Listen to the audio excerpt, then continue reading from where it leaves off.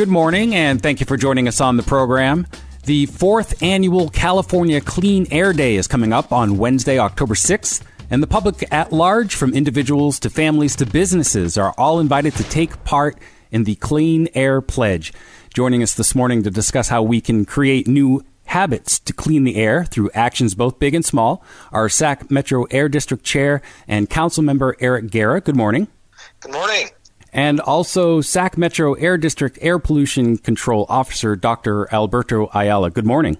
Good morning. Good to be here. Thank you both so much for joining me this morning. And this is a great event. It's obviously been going well. You're on your 4th annual event coming up. And before we get into all the great details about the event, let's just talk a little bit about what the Sacramento Metropolitan Air Quality Management District is. In simple terms, we are the agency in Sacramento County and the greater region in Sacramento responsible for making sure that as a region, we are marching towards meeting the federal ambient air quality standards, which are what define clean air. And in addition to that, we also play a role in implementing the state's pretty aggressive climate change agenda. I think, in short, also, we're a public health agency, and our focus is clearly clean air.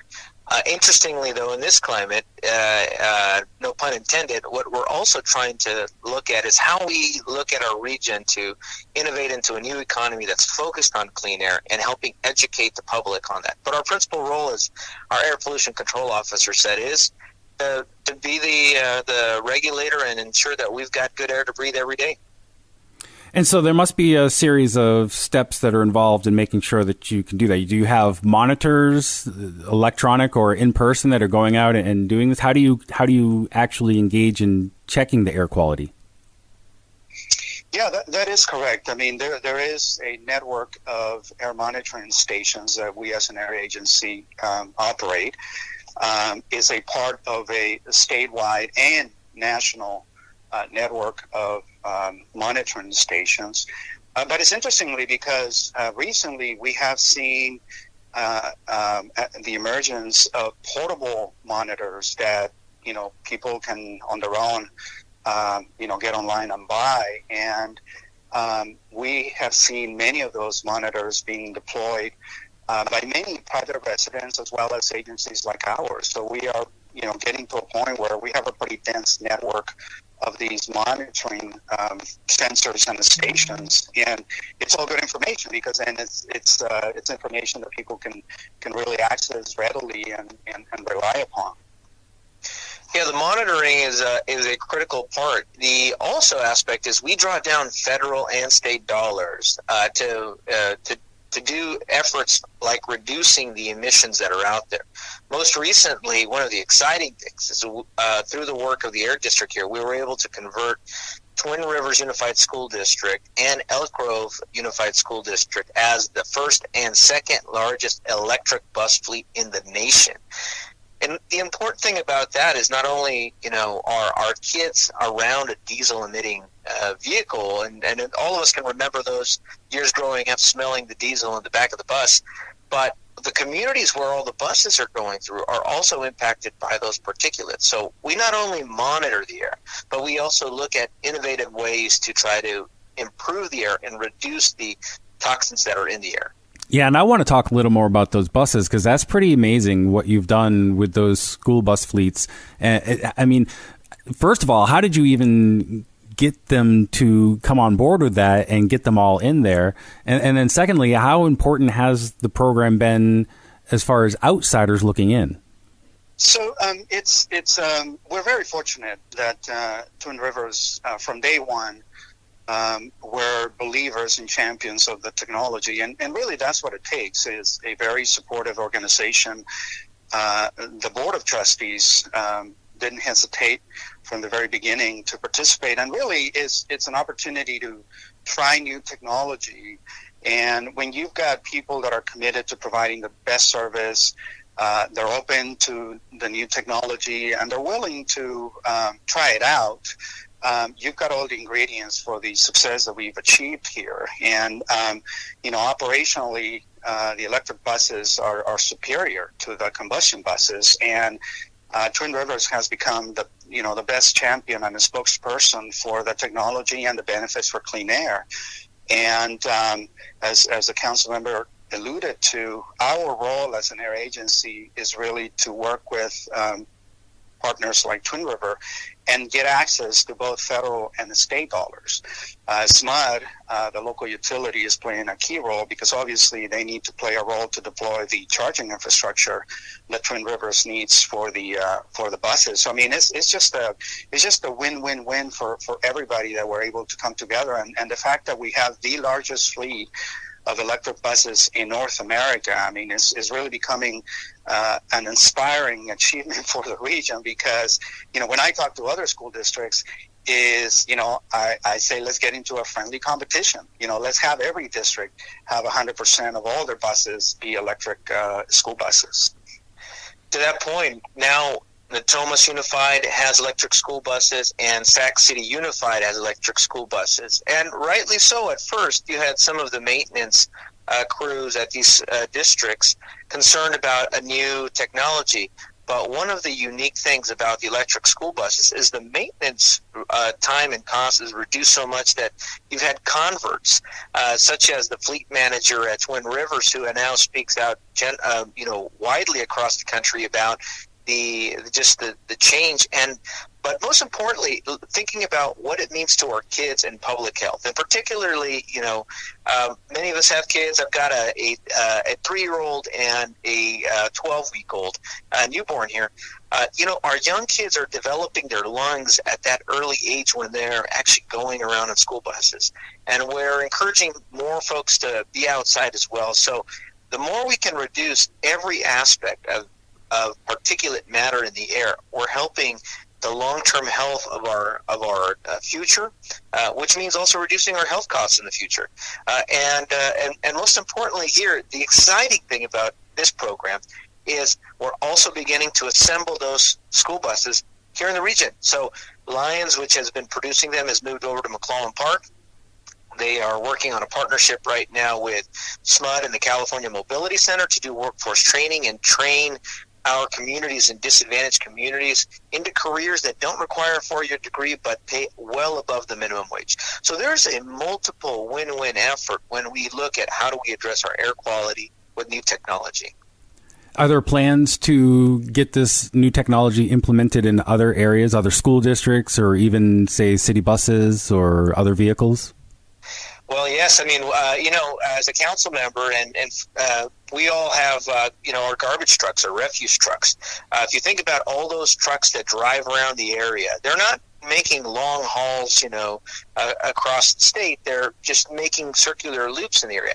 Those are perfect types of vehicles that we can convert to electric because they'll be charging in the evening and then out in the day. So we're already looking at how do we deploy your regular maintenance vehicles. If the Sacramento region can become the center of innovation for clean air, then you have an opportunity for a new economy that focuses on public health. Pretty much every application out there that you can think of that operates and depends on a combustion engine today can be replaced with an electric motor. So when you think of your own personal vehicle, when you think of big rigs and trucks and equipment and farm tractors, you name it, there is a zero emission electric alternative to every application.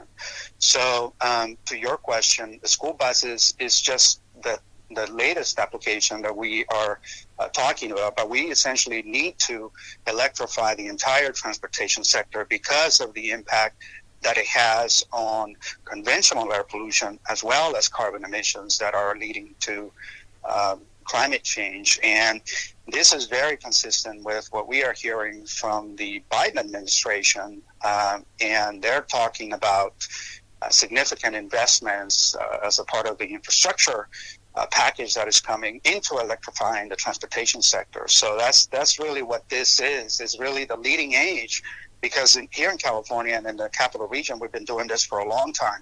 So this is just the leading edge of a massive shift towards more climate-friendly solutions that don't depend on combustion and the emissions that lead to air pollution. Speaking with Dr. Alberto Ayala, he's Sacramento Metro Air District Air Pollution Control Officer, and Eric Guerra, he's council member and Sac Metro Air District Chair. And we're talking about the upcoming 4th Annual California Clean Air Day. It's going to be coming up on Wednesday, October 6th, which is just a little over a week and a half away. And so let's talk about the importance of this and how people can make that clean air pledge and some of the things that they might be asked to do, or even some of the ideas that kids can do or organizations can get involved as well. Well, Clean Air Day it's been a great day. We're working now with Republic FC to encourage also others to figure out different ways to think about what we do on a daily basis to improve our air quality. And if you think about, if you have the ability to just take one day out of your week to not drive a gas combustion vehicle. I know I started biking with my son to drop him off at daycare. Even if you did it one day, you reduce your emissions by almost 20%. You can plant a tree, because we know that trees also collect particulates and also help improve our air quality in the region. And not only that, but they reduce the heat island effect by increasing our canopy, making it even nicer to walk around, particularly on those hot days. So Clean Air Day is a really great way of educating the public about the efforts that we can do, particularly this year when we've had some pretty dramatic wildfires where we've seen particulates come in and the smoke has been difficult. We want to avoid that kind of scenario every day. By us doing a proactive effort on those really difficult days, we improve our health. So we invite all the listeners to go to cleanairday.org and make the pledge. And you can sign up and select from a menu of options in terms of the things that you as an individual will commit to do for clean air. And what are some of those pledges that people can make? What are some of the things that they can do that will help clean the air? I think some of the actions that the council member mentioned, you can commit to take transit as opposed to driving in your vehicle alone. You can commit to planting a tree. You can commit to replacing your gas lawnmower with an electric. You can commit to walking, to get lunch as opposed to getting in your vehicle. So there's a menu of about, I would say, maybe 20 or 30 different actions that are simple things that are reminders for folks that it is the simple things, the simple everyday things that we decide to do that impact the air. I mean, the silver lining from the pandemic was the fact that because we were not using our vehicles and driving around too much, people really saw what clean air is really like, and the way that the air should be every day of our lives. And I think that's really what this is about. It's just a reminder to suggest that we don't have to give up clean air to be able to enjoy the lifestyle of modern day life, because there are better technologies out there like electric vehicles that don't create pollution. The good thing is also right now there's an enormous amount of resources, particularly for low-income families who want to transition. I mean, we notice that many low-income families are buying used and older polluting vehicles that always have a challenge getting, their smog check. I remember every time I get that DMV letter in the mail, and if I have to do the smog check, I'm always crossing my fingers that I make it. Well, there's up to $9,500, correct me if I'm wrong, Dr. Ayala, to be able to scrap and replace your vehicle with an electric vehicle. That is correct, and that is just one of many programs that we as an air agency are running in the region. The council member is referring to our Clean Cars for All program, and it specifically targets people with low income, and it's essentially state funding that goes to help replace an old, high-emitting vehicle. And if the person chooses to get an electric vehicle, there's also an additional $2,500 so they can install a charger in their residence. Yeah, so there are plenty of incentives available for people who are looking to go in that direction. You're making it easier for them and clearing the path, so to speak. Well, that's correct. And even mowing your lawn, I probably need to mow my lawn more often, but I switched over to a electric lawnmower before we had rebates, but now we do have rebates. They're quieter. I don't have to worry about going to the gas station and getting a gas can. They're also easy to charge. They last, me the front and back lawn, I'm able to do in one charge. So, and the technology is even advancing even more. But Dr. Ayala, we've even got a rebate we're starting now in the Sacramento County area for that type of program. That is correct. And again, I need to give credit to our friends at SMUD that are working with us to implement the program. And speaking of the SMUD, it makes sense to go electric because let us not forget that the electrons, the energy that we're going to get for all of those different equipment and things that we're going to go electric with is going to be renewable energy. So it's going to be carbon free. It's most likely going to be wind or solar. So it just makes sense to finally embrace and support and participate in this transition. And especially, as the council member alluded to, there is a lot of incentives, a lot of help that is already available, and more is coming because it is consistent with where the federal government wants to go, where California and many other states want to go.